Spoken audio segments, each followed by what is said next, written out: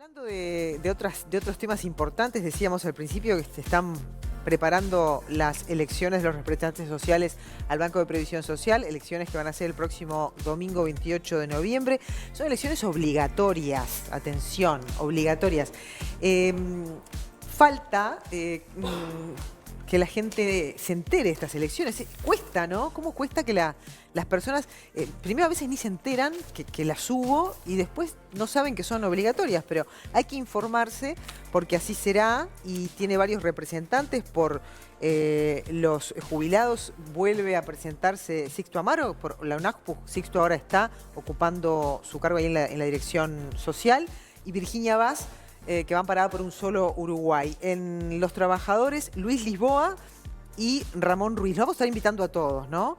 Y por el sector de los empresarios, Marcelo Ríos y José Pereira, que nos está acompañando esta mañana. ¿Cómo le va, Pereira? Muy buenos días, un gusto. En representación ahí también de... Bueno, usted viene de la Cámara de Maldonado, ¿no? Sí, actualmente como presidente, tengo el honor de ser el presidente. Está trabajando allá muy intensamente. Exactamente. ¿Cómo ve esto de, permíteme que le saque de tema, de que estos 30.000 brasileños que vienen y esto de tener mucha cerveza fría para saciar, digamos, ese consumo que tiene el brasileño? Cerveza fría. Qué alcahuete, ¿no? Pero es un buen volumen de gente que se viene toda junta, ¿no? Sí, para nosotros es un poco de oxígeno después de no haber tenido temporada. Sí. Siempre es un poco de oxígeno y sobre todo para un sector tan golpeado a nivel internacional es siempre una buena noticia. Ahí está. Bueno, ¿cómo piensa cambiar? Porque usted está hablando en campaña ya de algunos cambios que necesita el Banco de Previsión Social, más allá de la reforma que está planteada, que eso sería interesante también conocer su opinión. ¿Cómo va a cambiar la cultura antiempresarial que usted dice que tiene el Banco de Previsión Social en su gestión? Bueno, nosotros lo primero que hicimos fue salir a recorrernos. Nos llamó poderosamente la atención que en la recorrida no se conocían los directores, y creo que es un poco también, y de la campaña. Cuando recorremos hay dos elementos importantes a tener en cuenta. El primero es que la gente no sabe que hay elecciones, evidentemente, no recuerda si votó, y esto es por una situación que se da cuando se hace la reforma y se buscan cambios en el directorio del Banco de Previsión Social.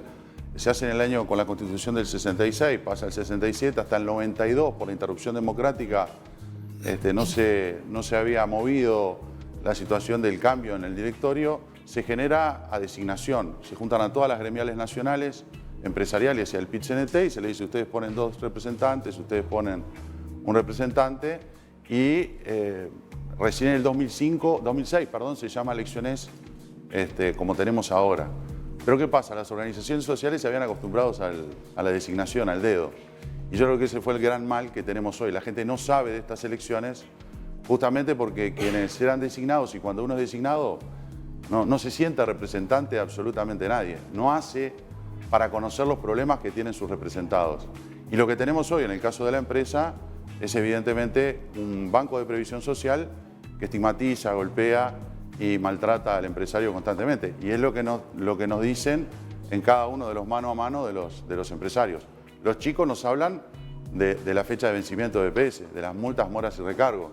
Uno se puede olvidar del cumpleaños de un amigo o del cumpleaños de la abuela, pero nunca de la fecha de vencimiento del BPS. Al otro día, la usura que tiene el BPS no la tiene ni el prestamista más oscuro del Uruguay. ¿Y eso es lo que quiere cambiar usted?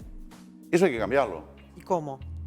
Y bueno, justamente trabajando en el directorio para que se entienda que la cultura que hay actualmente lo que hace es daña. Y además estamos pidiendo por acceso a la información pública esos datos.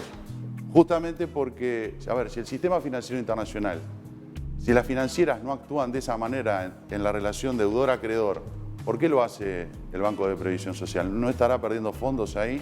¿Esto realmente le estará dando fondos? Quienes más saben de esto, reitero, no actúan de esta manera. Los empresarios más grandes nos hablan de las certificaciones médicas, ¿no? La falta de moral y de ética muchas veces a la hora de certificar, y que no tienen quien nos defienda. Muchas veces vamos a medios de comunicación, sobre todo en las recorridas por el interior, y nos llaman y dicen: pero yo no sabía que tenía un representante que me defendiera, no sabía a quién acudir. Tengo trabajadores que hace tres años que no están viniendo a trabajar. Uno me mostraba un celular y me decía: mirá, esta chica que está haciendo gimnasia acá es influencer hoy. Saben todos sus compañeros de trabajo que no viene. un jefe de policía en el interior, entró a una ferretería y se encuentra un oficial que hace un año no iba a trabajar y que estaba trabajando en la periferia de forma informal. La atención no es la misma en todas las localidades. Hay lugares donde el empresario, el par, pero el trabajador se siente en maltrato.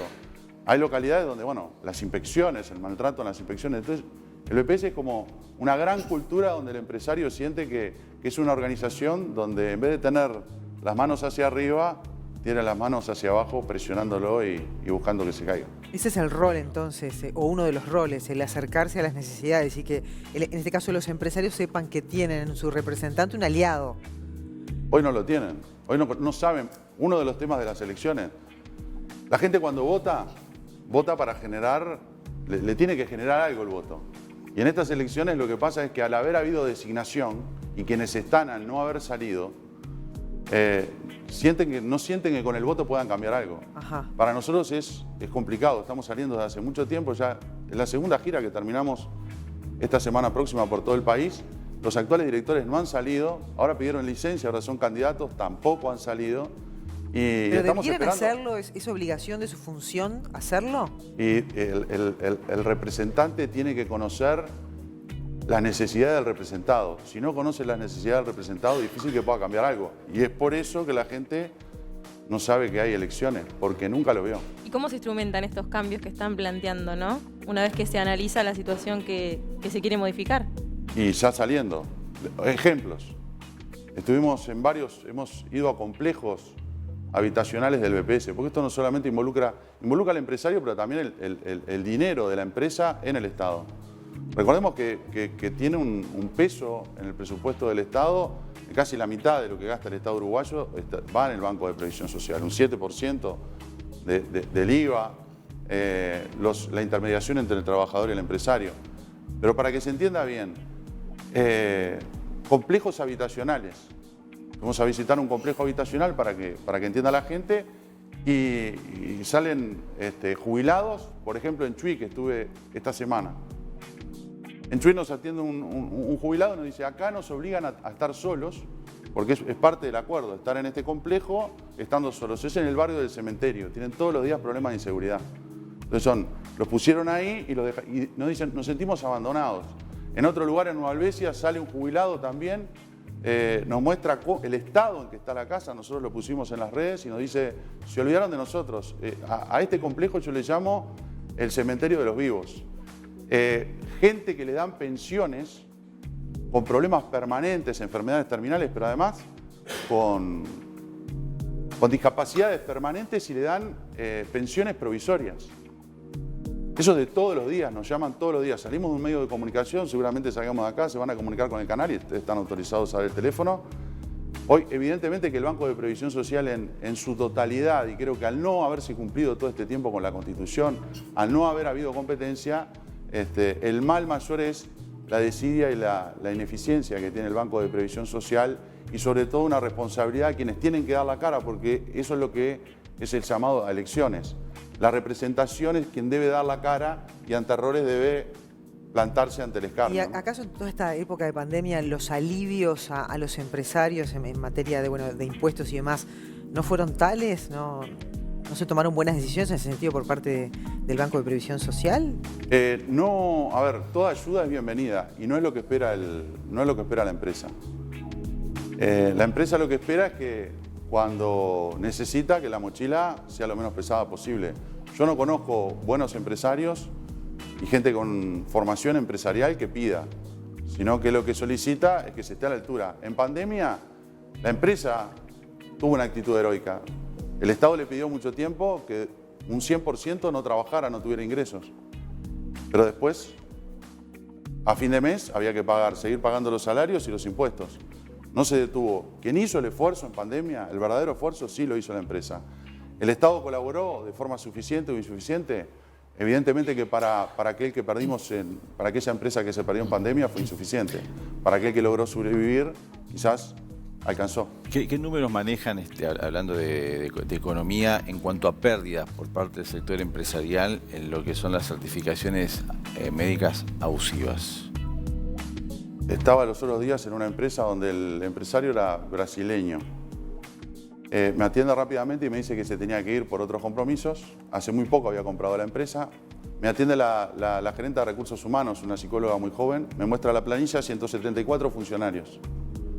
De los 174, ese día habían faltado 30. 5 de ellos podrían estar trabajando perfectamente. Los tienen identificados y llevan más de 6 meses. Uno llega a 3 años sin ir a trabajar. Por cada uno de esos trabajos, son 5 que podría estar tomando la empresa. La joven psicóloga me abría y me decía, esto es un pueblito chiquito, nos conocemos todos. Uno de ellos viene, supuestamente no viene por dolor de espalda, pero viene acá en el pueblo y junta leña enfrente y lo ven todos los compañeros. El día anterior faltaron 45. La empresa tuvo pérdidas, tuvo que tirar mercadería. El daño es irreparable, es un daño social, es un daño al mercado de trabajo. Es un daño social, pero además, por eso hablamos de la cultura antiempresarial. Es un daño a las ganas de emprender y de hacer las cosas bien y desarrollarse de un empresario en este país. El empresario se siente el salmón que va contra la corriente. Necesitamos un cambio cultural y para eso necesitamos a alguien que nos defienda y que además se sepa qué posición tiene sobre cada uno de los temas, cosa que hasta ahora no sabemos. Hemos tenido corchos que han flotado durante 29 años. José, usted es candidato por Un Solo Uruguay, ¿no? Va en representación de ese movimiento que más de una oportunidad han insistido que ellos no son un movimiento político. Sin embargo, ¿este puede ser el primer paso para entrar en la cancha de la política? Nosotros, a ver, el movimiento Un Solo Uruguay, como otras organizaciones que nos unimos para trabajar en esto. En el caso de Luis Lisboa, que también es apoyado por Un Solo Uruguay, su candidatura nace en la elección anterior. Nosotros, las cámaras regionales de empresarios y comerciantes del Este, veníamos hablando de esto. Creo que el gran acierto de Un Solo Uruguay es colaborar para que se cumpla con la Constitución y para que tengamos competencia. El movimiento Un Solo Uruguay siempre fue político. Los actos de 23 de enero son políticos. Sin embargo, no son políticos partidarios. Exacto, cuando se les pregunta, no hay simpatías partidarias. Y fue una decisión difícil, porque mucha de la gente, y uno lo ve en las asambleas cuando nosotros fuimos y cuando se ratificó esto de la candidatura, que no le gustaba. Porque una cosa es protestar y otra cosa es proponer. Pero otra cosa que genera mayor esfuerzo aún es exponerse. Y acá hay, y lo cual agradecemos, mucha gente que pone el nombre, su buen nombre, en juego y lo pone, en este caso, a favor de 3 candidatos que nos conoce de reuniones o de acciones. En este se caso, bajó el estido, ahora son 2. ¿Eh? Se bajó el estido, ahora son 2. Bueno, ustedes tienen 2 por Uruguay, pero en su sector, su competencia es Marcelo Ríos, ¿no?